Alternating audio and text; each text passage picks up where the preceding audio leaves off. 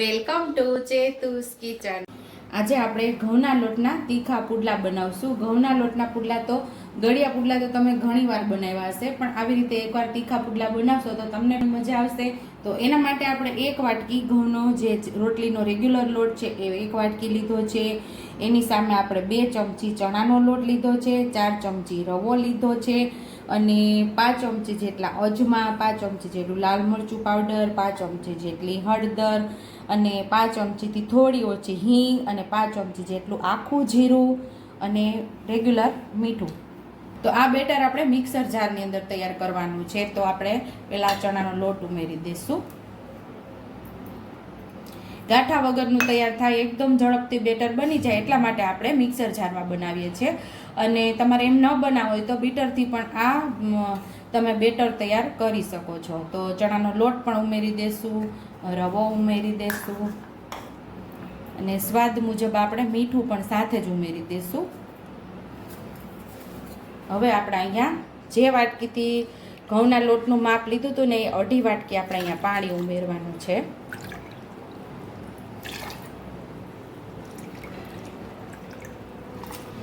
હવે આપણે આને બેટર તૈયાર કરી લેવાનું છે। અહીંયા આપણું બેટર પરફેક્ટ એવું તૈયાર થઈ ગયું છે। તો એક બાઉલની અંદર આપણે લઈ લેશું। આવું આપણે બેટર તૈયાર કરવાનું। આ બેટરને હવે આપણે 15 મિનિટ રેસ્ટ થવા દેશું। બેટર આપણે બનાવીને રાખેલું એને 15 મિનિટ થઈ ગઈ છે। તો અહીંયા આપણે બધા મસાલા કરી લઈશું। હળદર ઉમેરી દેશું, હિંગ ઉમેરી દેશું। હિંગ અને અજમા ઉમેરવાથી પચવામાં સરળતા રહે છે। અજમાને આપણે મસળીને ઉમેરી દેશું। આખું જીરું પણ મસળીને એકદમ સરસ મસળીને ઉમેરી દેશું। એનો સ્વાદ બહુ મસ્ત આવે છે। અહીંયા આપણે લીલા ધાણા ઉમેરી દેશું। આ જગ્યા ઉપર કસૂરી મેથી પણ ઉમેરી શકો છો। લાલ મરચું પાવડર ઉમેરી દેશું। મીઠું તો આપણે જ્યારે બેટર તૈયાર કરેલું ત્યારે જ ઉમેરી દીધું છે અને મરચું એક ઝીણું ઝીણું કાપીને ઉમેરી દેશું।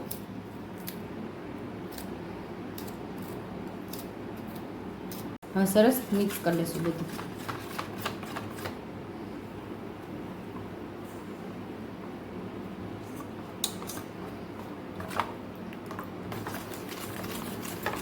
આટલું જ ઢીલું બેટર આપણે રાખવાનું છે।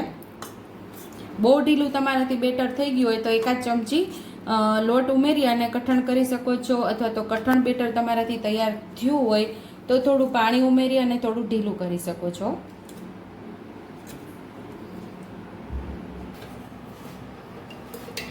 અહીંયા આપણે 1 ચમચી જેટલું તેલ ઉમેરશું। તેલને સરસ આપણે લગાવી લઈશું પેનની અંદર। અહીંયા આપણે નાની પેન લીધેલી છે એટલે નાના નાના પુડલા તૈયાર થશે। તમારી પાસે મોટી પેન હોય તો તમે મોટી પેન લઈ શકો છો। અને એકદમ સરસ ધુવાળા નીકળે એવું તેલ ગરમ થવું જોઈએ આપણે જે ઉમેરેલું છે ને એ।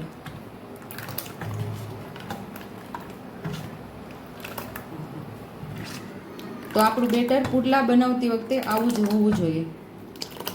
તો આપણે આનાથી જ આપણે પુડલા તૈયાર કરશું।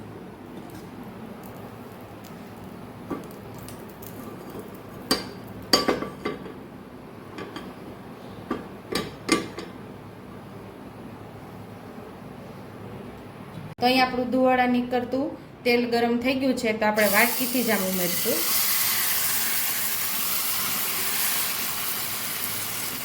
બસ જો આવી રીતે આપણે ખાલી બેટર ઉમેરવાનું છે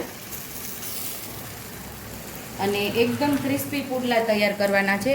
ક્રિસ્પી અને જાળીદાર, સાવ ધીમા ગેસ ઉપર એકદમ ક્રિસ્પી તૈયાર કરવાના। પહેલાં આપણે તેલ જ્યારે ગરમ કરીએ ત્યારે એકદમ સરસ ગરમ ધુવાળા નીકળે એવું તેલ ગરમ થઈ જવું જોઈએ।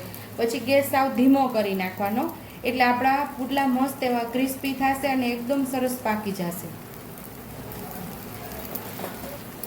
ઉપરથી આપણા પુડલું તે એકદમ સરસ ડ્રાય થઈ ગયું છે તો હવે એની સાઈડ ચેન્જ કરી લઈશું આપણે।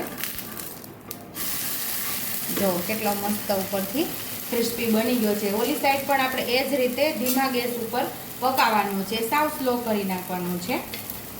થોડું અમથું આપણે તેલ ઉમેરશું।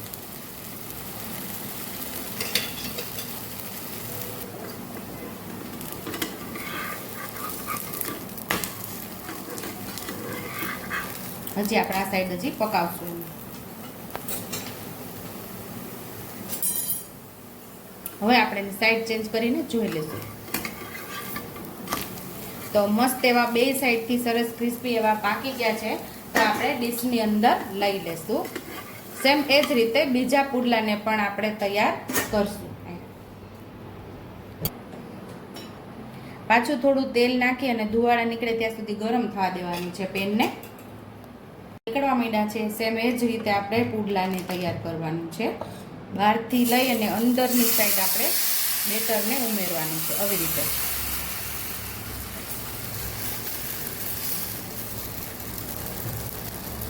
તો હવે સરસ ઉપરથી ડ્રાય થાય ત્યાં સુધી એને પાકવા દેવાનું છે આપણે. ઉપરથી સરસ ડ્રાય થઈ ગયું છે તો ઉપરથી આપણે સાઈડ ચેન્જ કરી લઈશું.